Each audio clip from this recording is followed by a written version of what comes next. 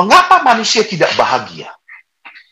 Beliau mengatakan manusia tidak bahagia karena manusia mempunyai pandangan yang keliru tentang kebahagiaan dan sikap yang keliru tentang kebahagiaan.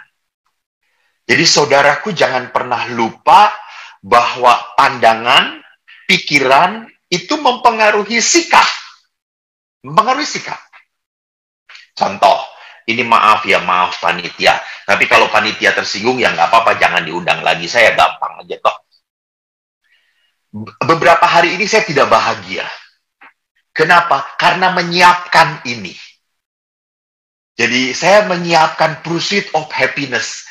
Sampai saya melakukan semuanya jadi tergesa-gesa gitu ya. Harus cepat-cepat saya harus baca ini. Cepat-cepat saya harus berpikir ini. Saya harus mengolah ini, saya harus mengolah ini. Cepat-cepat, gara-gara menyiapkan pursuit of happiness, you know, I am not happy, finally. Gitu ya. Kenapa? Karena fokus saya akhirnya ke depan. Malam ini saya harus bisa menjelaskan tentang mengejar kebahagiaan. Sampai akhirnya saya kehilangan kebahagiaan. Jadi apa yang saya maksudkan, justru manusia itu punya pandangan ke depan, mau berhasil, mau tidak salah, akhirnya apa? Dia menuntut sikap dia untuk ini, untuk itu, sampai mengabaikan, dan tidak menghargai apa yang harus dia lakukan. Sampai makan pun bersama Pastor Lukas, itu pimpinan tadi Bapak Fajar, tidak damai gitu ya. Sampai berkata, ayo cepat yuk, selesai. Mau ngapain kok? Gue mau belajar lagi, mau baca buku lagi gitu ya. Ngapain? Itu pursuit of happiness, kata saya tuh. Jengkel gue. Jadi saya yakin setelah ini, malam ini akan tidur dengan damai sejahtera gitu. Jadi lihat, jadi pikiran terlalu penuh membuat sikap saya jadi tidak menghargai berkat Allah dalam kebersamaan, dalam kekinian. Jadi di situ lihat Anthony de Mello mengatakan bahwa orang tidak bahagia karena mempunyai pandangan yang salah tentang kebahagiaan, maka pandangan ini membentuk sikap yang salah di dalam mencari kebahagiaan. Apa pandangan yang salah menurut Anthony de Mello? Anthony mengatakan yang pertama, kebahagiaan itu adalah sensasi. Jadi kebahagiaan itu adalah perasaan biologis. Saya senang, enak, nyaman, rileks, tenang. Jadi kita mengidentikan kebahagiaan itu adalah pengalaman-pengalaman sensasi yang kita rasakan. That's not happiness. Itu bukan sukacita yang mau dikatakan oleh kitab suci ya. Jadi itu adalah senang,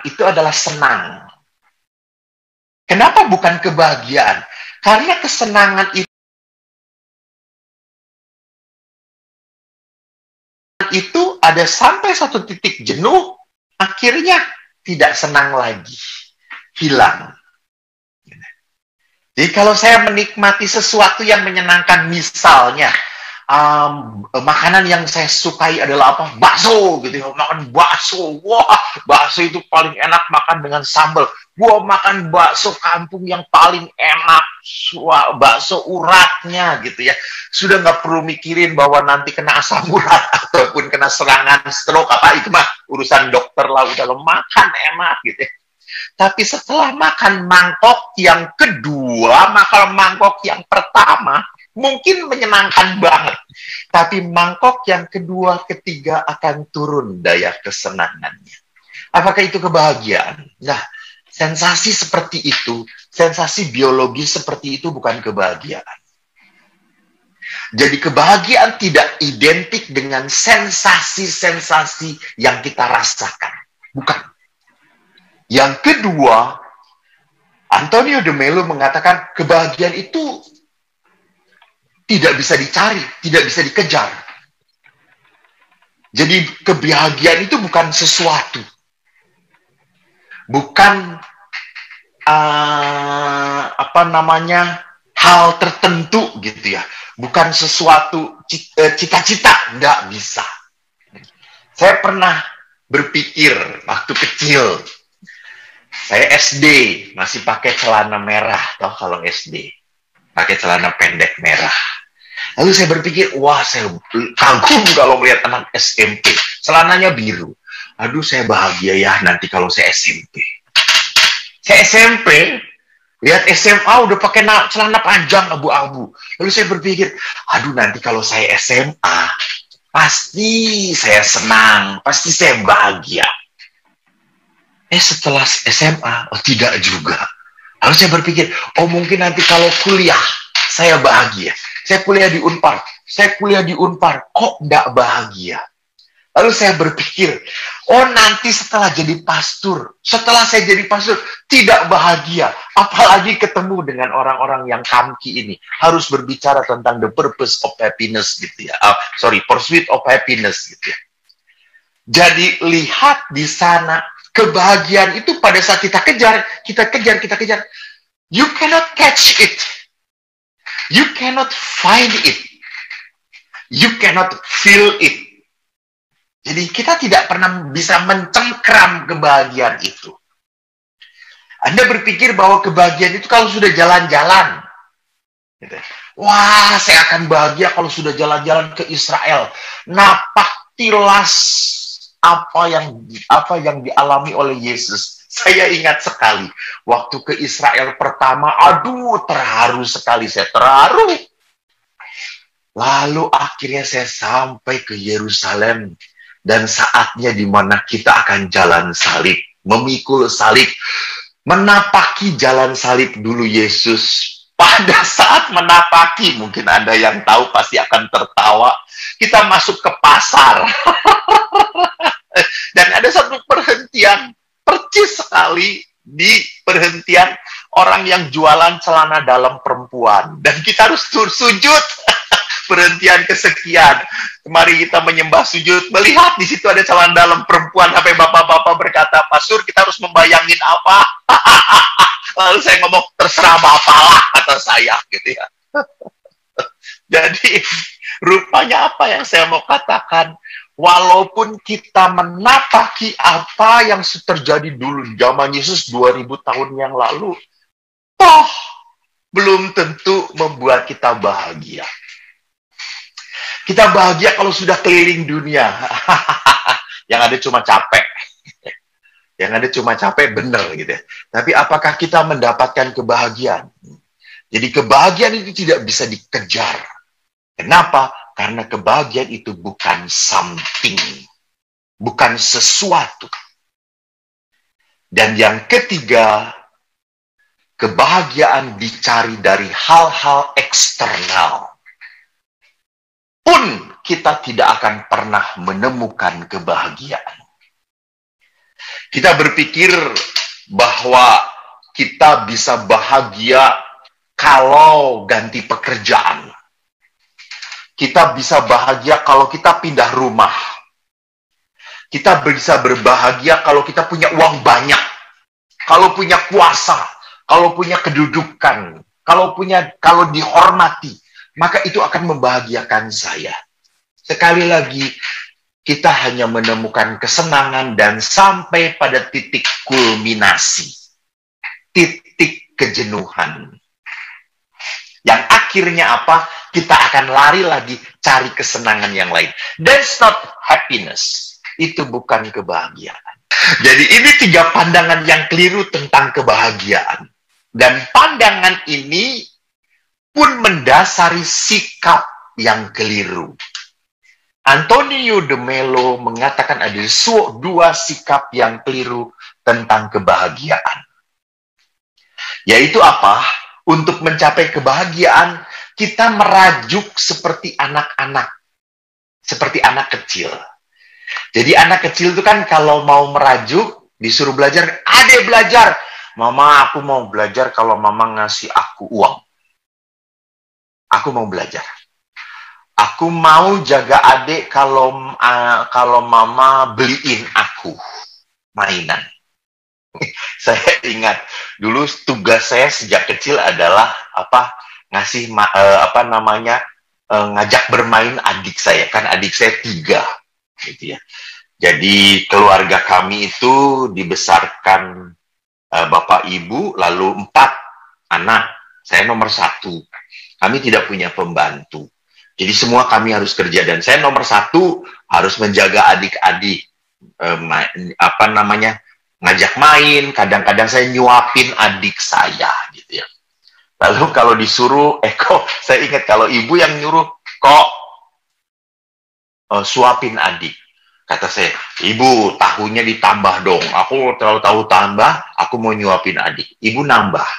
Tapi kalau bapak yang nyuruh, suapin adik. Pak, beliin itu. Lalu bapak berkata, nih, bapak gampar dulu. Lalu akhirnya saya pergi, nggak jadi gitu ya. Jadi seorang anak kecil melakukan sesuatu kalau apa yang dia ingini dipenuhi. Sama. Jadi kebahagiaan itu menaruh syarat pada kebahagiaan. Saya akan bahagia kalau hidup dengan A, B, C, D. Saya akan bahagia kalau hidup dengan teman-teman yang kompak. Saya akan tetap menjadi anggota Kamki, setia di Kamki, kalau tidak ada orang ini. Gitu ya. Selama di Kamki ada orang ini, jangan harap gua akan aktif di Kamki, gitu ya. Kalau ada orang yang seperti itu, saya selalu berkata, silakan keluar. Kamki hidup tidak ada kamu juga, gitu ya. Jadi perhatikan di sana, kita selalu merajuk seperti anak-anak.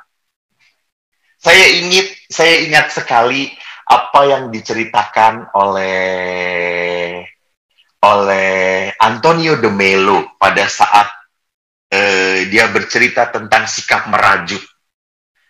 Jadi Antonio de Melo bercerita seperti ini, ada seorang bapak, dia itu selalu ngerecokin Tuhan, dia selalu berdoa saja, minta, terus lama-lama kan Tuhan juga budek gitu ya, capek ngedengerin si bapak ini doa terus.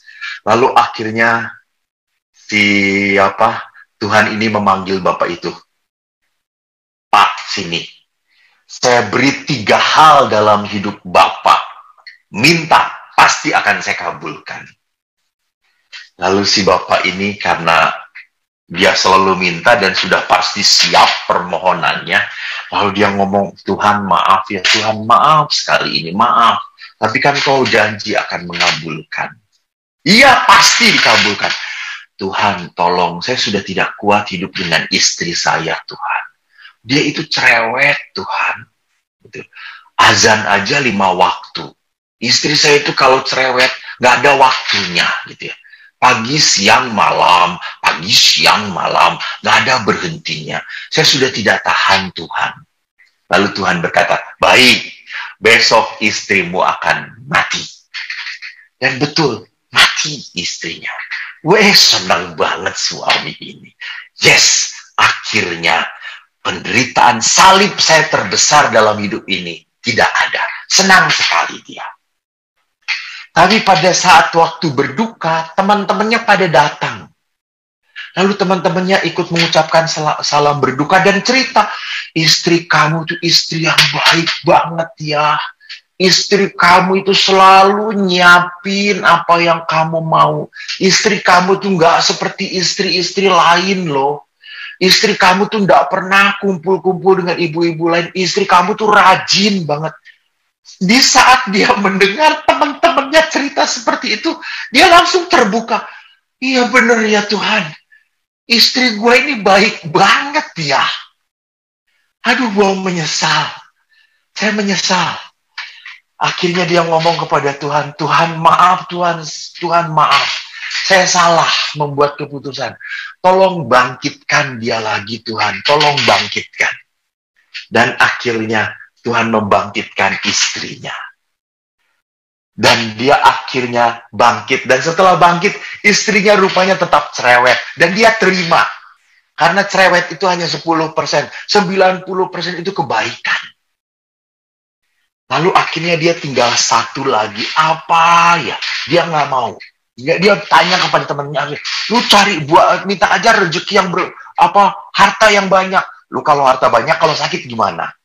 Oh iya ya. Ya udah kesehatan. Lu kalau sehat nggak punya uang gimana? Oh iya ya. Bingung juga dia karena tinggal satu lagi. Lalu udah 1, 2 tahun, 3 tahun, akhirnya Tuhan tanya, kamu disuruh satu lagi kok nggak mau? Tuhan, aku bingung. Apa yang harus aku minta?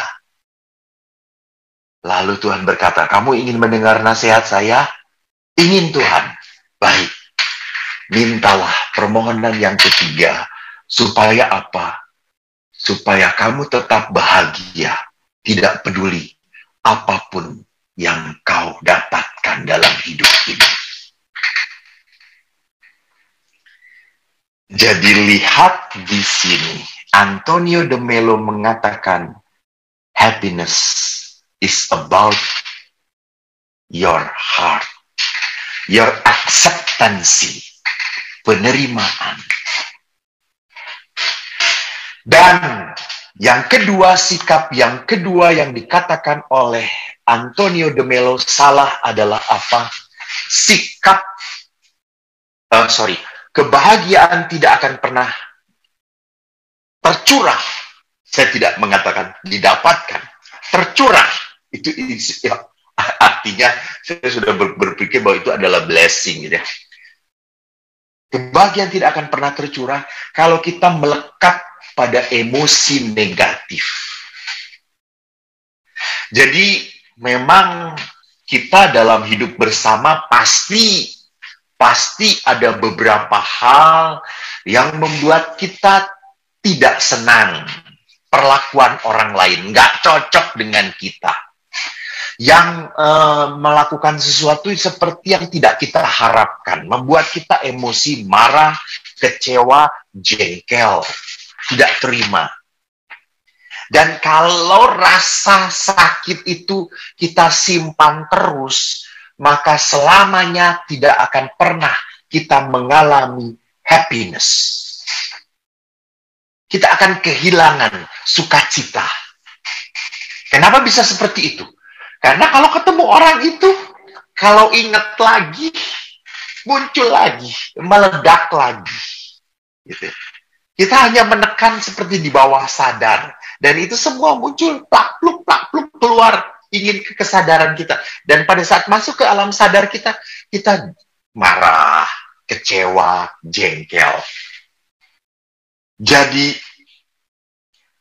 Antonio de Melo berkata, emosi negatif hanya bisa dikalahkan dengan kata letting go. Biarkan. Bagaimana, coba pikirkan kalau rasa marah, rasa jengkel, rasa ditolak, rasa kecewa, rasa cemburu, sakit hati itu Anda tanggalkan dari hati Anda. Anda lepaskan dari hati Anda. Apa yang akan Anda rasakan? Apa yang akan Anda alami?